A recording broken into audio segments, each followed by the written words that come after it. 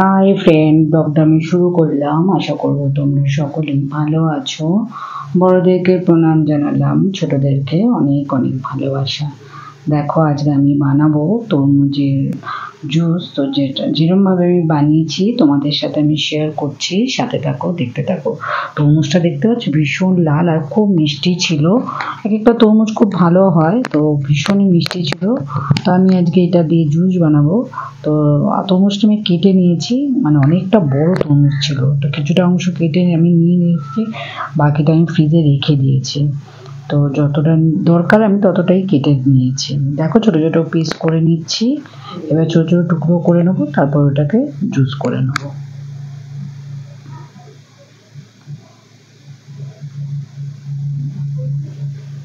ভীষণ মিষ্টি ছিল তরমুজটা।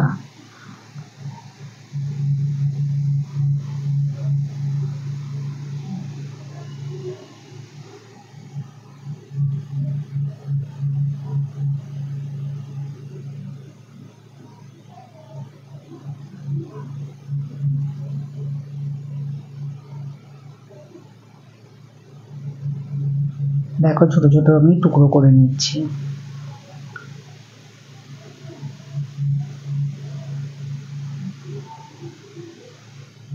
শুরুতেই বলছি বন্ধুরা, প্লিজ একটা লাইক দিয়ে ভিডিওটা দেখো।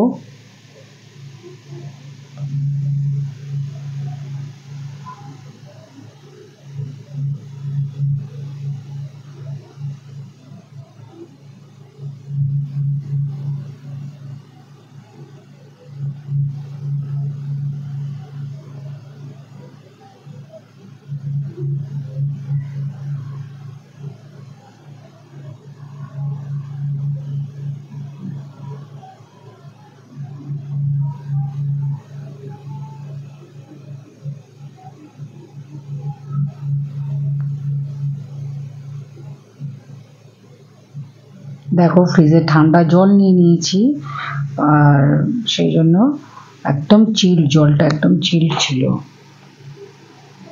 এবার মিক্সিতে দিয়ে দিচ্ছি।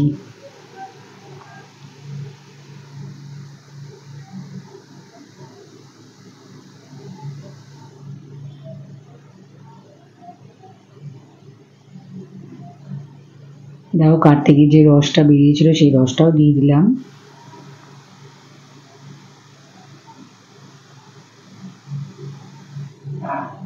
দিয়ে দিলাম ঠান্ডা জল।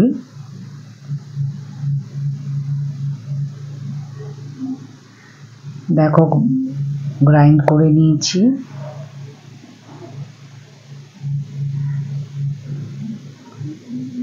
এবার ছেঁকে নিচ্ছি।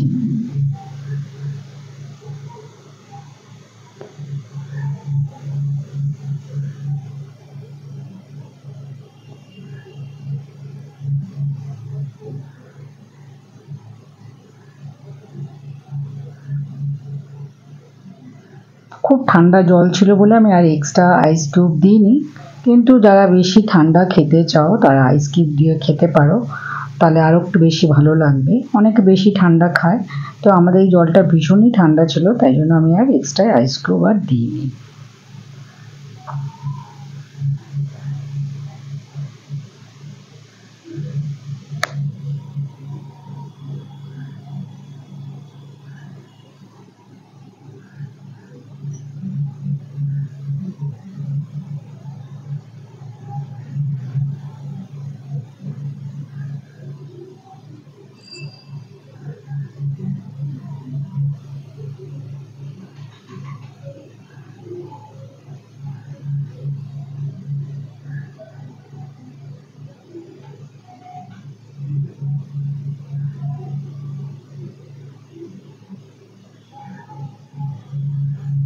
দেখো, গ্লাসের মধ্যে আমি ঢেলে নিলাম জুসটা।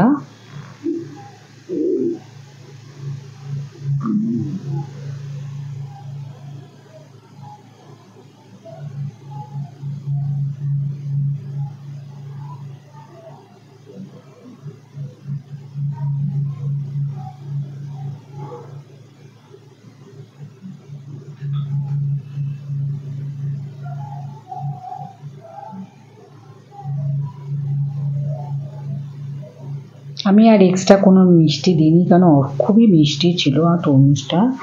আর ভিডিওটা ভালো লাগলে লাইক করো, শেয়ার করো, সাবস্ক্রাইব করো, সাথে কমেন্টও করো।